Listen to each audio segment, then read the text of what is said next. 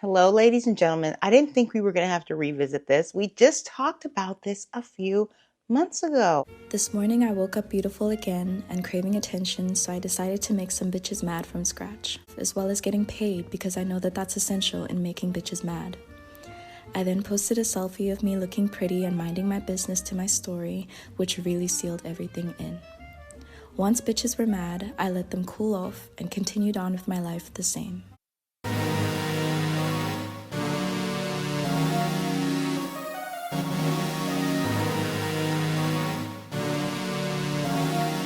So we are now in May. We are 5 months into 2025, and the perfume hauls are going nowhere. If anything, I feel like people are buying even more. And we're going to revisit the questions that I asked you guys a few months ago.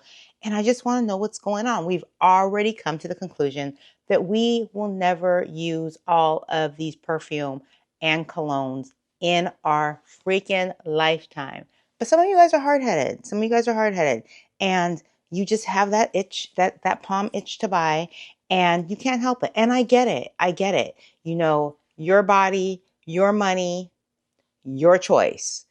I totally understand that. And if this is not your type of video, go ahead and exit right now and go. Matter of fact, hop on Sephora, Ulta.com, Macy's, and order as many bottles of perfume and cologne that you want. But like I said, you're not going to use them all. You're definitely not. So let's get into it and figure out why we cannot stop overbuying. Well, y'all, not me, but some of y'all are overbuying perfume and cologne. This may be an extremely hard pill to swallow, but I think it's about time that we had a come to Jesus moment about this. I fear that a lot of us have started to develop shopping addictions under the guise of being collectors. I've been a part of the fragrance community for a couple of years now, and as time passes, it becomes more and more apparent that overconsumption is a huge issue in this community that needs to be addressed. Shopping addiction is a behavioral addiction where you feel the need to constantly shop, compulsively purchase things, and spend way too much money on things that are not necessary. This is a common occurrence in several hobbies in general because people feel like they have to amass these huge collections, but they're not intentional about doing so. Before I was in the fragrance community, I was in the skincare and makeup community, which are also two communities where overconsumption is a huge issue. And it's why you see a lot of creators who used to be in those niches slowly transferring into the fragrance world. I feel like there's a lot of pressure in the fragrance community to buy every single new launch or to buy whatever popular trending fragrance everyone is talking about because there is such a feeling of FOMO. Okay, so we're back here. And if you notice on YouTube, none of the haul videos have slowed down. TikTok, any overconsumption, but today we're talking about perfume and cologne. And I don't understand why. Like, what are you guys doing with all these scents? Now, my last video, which was very successful. Thank you for all the love, thumbs up, and comments on that video. Hope you can do the same for me here. But a lot of you said you layer.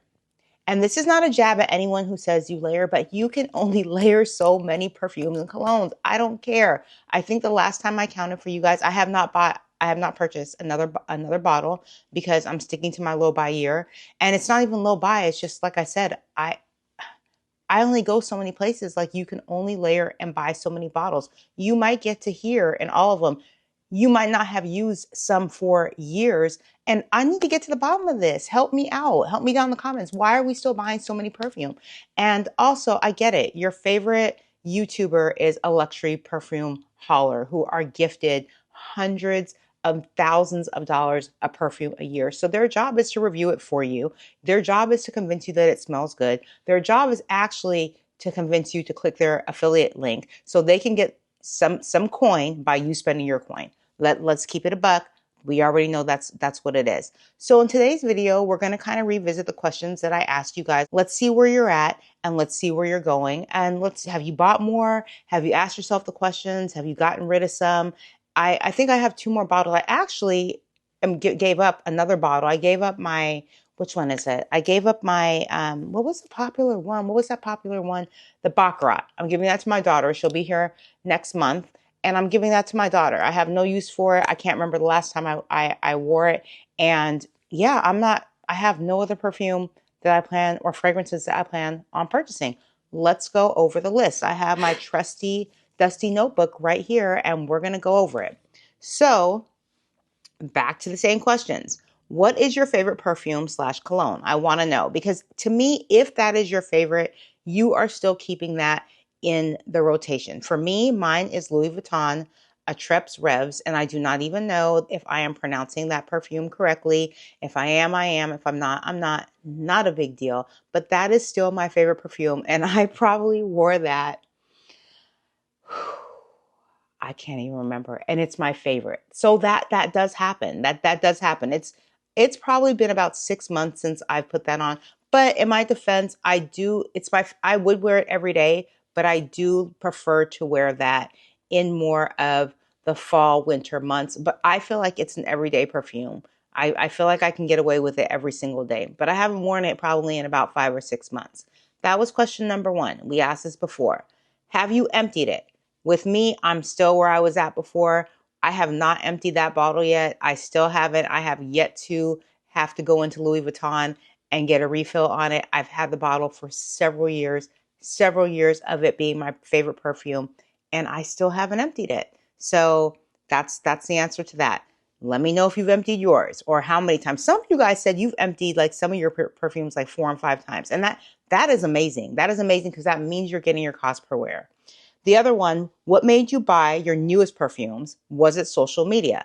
Now, from my last video to this one, or if this is the first time you guys have come by here and seen me, why did you purchase your current perfume, your current fragrance? Was it because you saw somebody else on social media speak about it? Is it because you walked into a department store and sprayed it? And that's sometimes the worst thing you can do.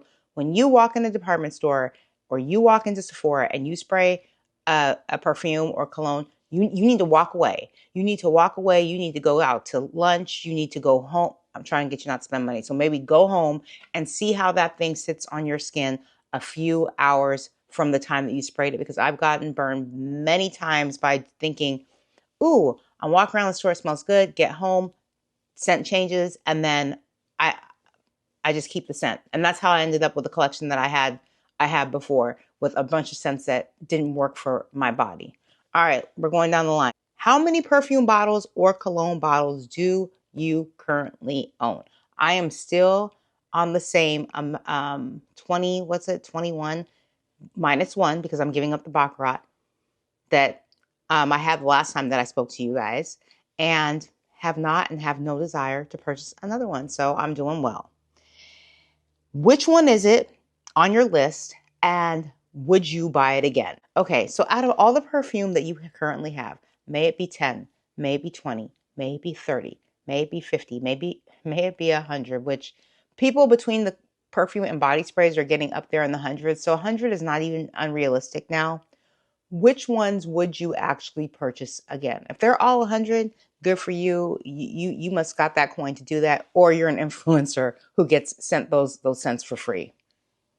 How do you plan to use all of these up? Like every single one of these perfumes that you've purchased. If you have several, I'm still struggling to get through the 20, and I'm not, it's no pressure, but I am still struggling to get through the 20 something that I have. And it's not really a struggle because I feel like I'm going to have them for the rest of my life. I feel like there's no reason to actually rush through getting through these perfume, because I don't have any intentions of ever buying another perfume again. It would just be adding to the quote unquote collection that I don't need, when I have a variety of scents for different occasions that I can use at pretty much any time of the year or anytime. So I don't know. I'm still working through the ones that I have. So let me know what's going on with you guys, and if you're still working through yours. And the very last question that I have, do you consider yourself just a collector? And to me, just being a collector, that means just allowing the perfume to stack up, like on some of these like TikToks that you see, and just see them sitting on your shelves for like no reason. Are you a collector, or do you really just love all of these fragrances? Once again, I don't know how you're going to get through them all, but that's not my business. And I'm not here to judge you. That's not my business. I'm not here to judge you. This is a healthy conversational piece slash video. And I wanted to check up and see how everybody was doing 5 months into 2025 with their perfume slash cologne. So let me know. I will see you guys in the next video. And I'm actually going to brunch today. So I'm about to go get my grub on. See you in the next one. Peace.